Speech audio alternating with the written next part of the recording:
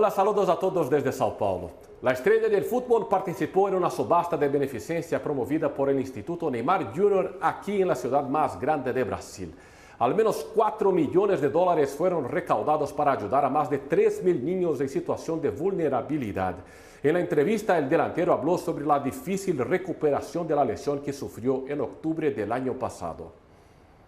É difícil explicar. Él dijo que es difícil encontrar palabras para explicar todo el dolor que siente. Se rompió el ligamento cruzado anterior, el menisco en 5 partes.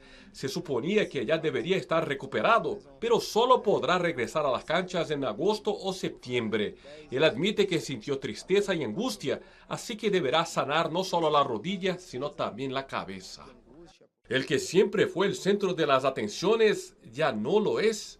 É difícil, né? Neymar sostuvo que eso es difícil, pero aún lesionado, no dejó de ser un protagonista, pues su nombre siempre está involucrado en muchas cosas. Muitas coisas, né?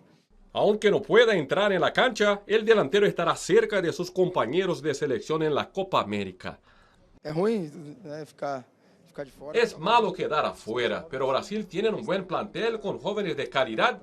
Tiene todo para ser campeón. Él promete asistir a algunos partidos, pues tiene muchos amigos allá. Uno de ellos es Vinicius Jr., a quien considera el favorito para ganarse el Balón de Oro este año. Eles me chamavam de presidente. Según Neymar, el jugador del Real Madrid le llama hasta hoy por el apodo presidente.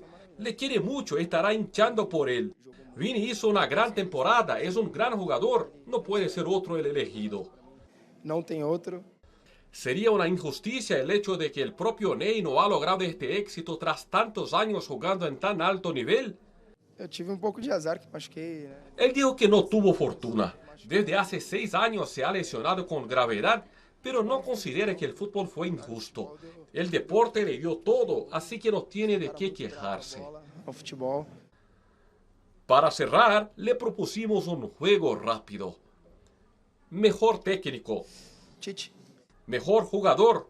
Messi, A los 32 años de edad, ¿qué le falta conquistar? Copa do Mundo.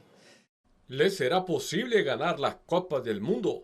Talento le sobra. Veremos si tendrá rodilla y cabeza para eso. Desde Sao Paulo, Brasil, Dan Cister para Telearuba.